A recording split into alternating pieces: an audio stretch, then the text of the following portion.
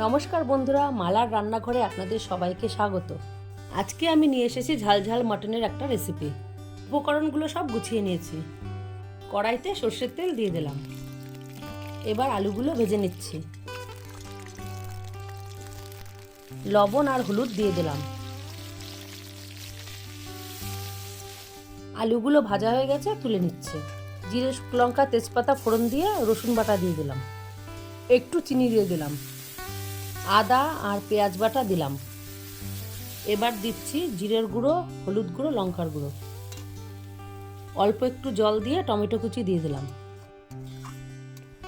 এবার পরিষ্কার করে রাখা মাটনটা দিয়ে দিচ্ছি। পরিমাণ মতো লবণ দিয়ে দিলাম। আমার ভিডিওগুলো ভালো লাগলে চ্যানেলটিকে সাবস্ক্রাইব করবেন। আলু আর গোটা রসুন দিয়ে দিলাম।